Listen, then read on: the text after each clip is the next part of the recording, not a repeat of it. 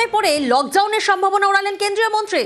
তাহলে কি জ্বালানির সংকট মোকাবিলায় রেশনিং, এই রেশনিং পদ্ধতি কিভাবে কাজ করবে? মৈত্রীর প্রতিনিধি আমাদের সঙ্গে রয়েছেন। মৈত্রী, এই যে রেশনিং পদ্ধতি নিয়ে আমরা কথা বলছি, কিভাবে এই পদ্ধতি কাজ করবে?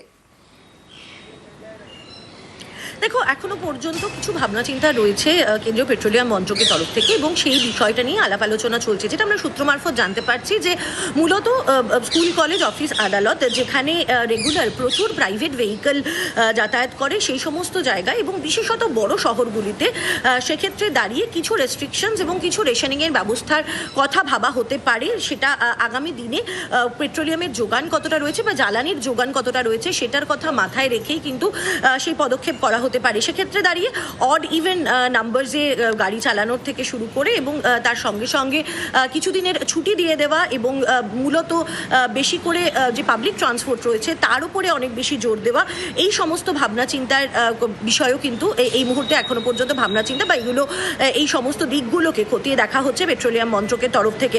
তবে সরকারের তরফ থেকে এই বিষয়টাও স্পষ্ট করে দেওয়া হয়েছে যে এই পদক্ষেপ আগামী দিনে কি পরিস্থিতি থাকে সেটার কথা মাথায় রেখে কিন্তু তারপরে নেওয়া হবে।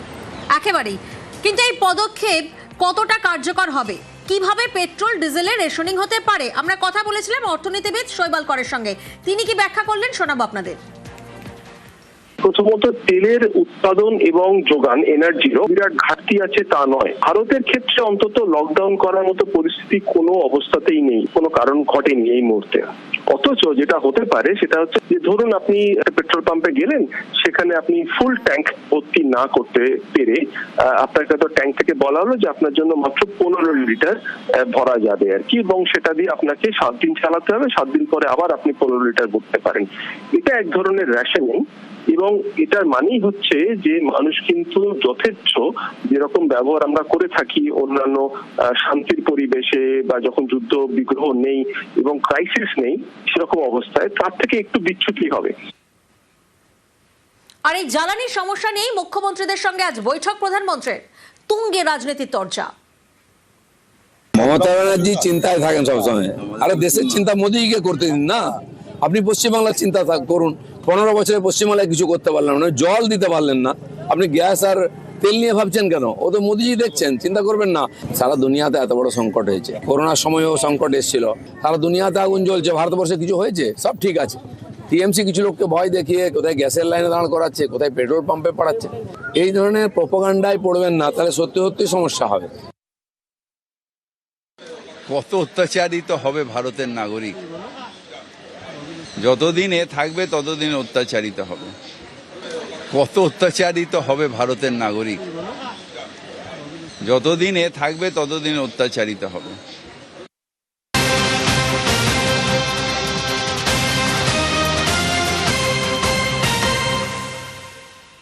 ভোট বড় বালায় কেন বলছি? কারণ আমরা দেখেছি প্রচারে বেরিয়ে প্রার্থীরা কখনো ভোটারদের দাড়ি কেটে দিচ্ছেন, কখনো চপ ভাজছেন, কখনো রুটি বেলে দিচ্ছেন। একাধিক ছবি উঠে এসেছে।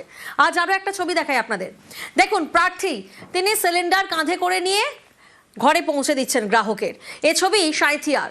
কারণ রান্নার সিলিন্ডার যখন মিলছে না তখন একদিকে ক্ষোভ বাড়ছে, আর এই পরিস্থিতি তখন প্রচারে বেরিয়ে সাঁইথিয়ার বিজেপি প্রার্থী তিনি গ্রাহকদের বাড়িতে সিলিন্ডার পৌঁছে দিলেন। এর আগে আমরা বিভিন্ন প্রার্থীকে প্রচারে বেরিয়ে ভোটারদের দাড়ি কেটে দেওয়া, চপ ভাজা, রুটি বেলে দেওয়ার ছবি দেখেছি। আর আজ সকাল সকাল প্রচারে বেরিয়ে এলাকার মানুষের বাড়িতে সিলিন্ডার পৌঁছে দিলেন কে? সাঁইথিয়ার বিজেপি প্রার্থী কৃষ্ণকান্ত সাহা। প্রার্থী যখন ওই বাড়িতে প্রচারে আসেন সেই সময় সিলিন্ডার ডেলিভারির গাড়ি আসে, আর তখনই গাড়ি থেকে নিজের হাতে সিলিন্ডার নামিয়ে সোজা বাড়িতে পৌঁছে দেন প্রার্থী।